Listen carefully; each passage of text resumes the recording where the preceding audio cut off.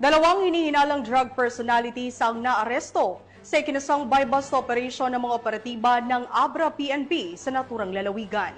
Ang detalye ng report mula kay Patrolwoman Jesly Sabado.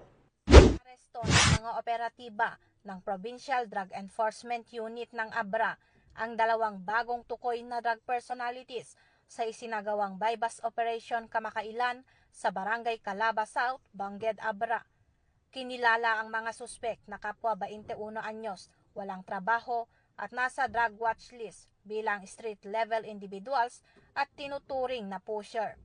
Ang operasyon ay isinagawa sa koordinasyon ng Provincial Drug Enforcement Unit at Philippine Drug Enforcement Agency. Nasamsam mula sa mga suspek ang tinatayang 15.74 gramo ng hinihinalang shabu na may standard drug price na humigit kumulang 107,032 pesos. Bukod sa droga, na-recover din ang buy-bust money, bodle money, motorsiklo, cellphone at vape mula sa mga suspek.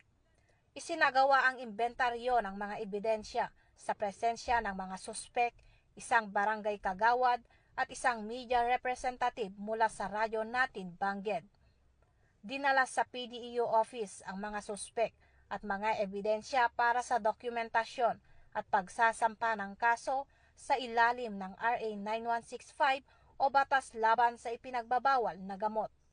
Mula dito sa Baguio City, ako yung PNN correspondent, Patrolwoman Jesly Sabado, alagad ng batas, taga-taguyod ng Balitang Pulos.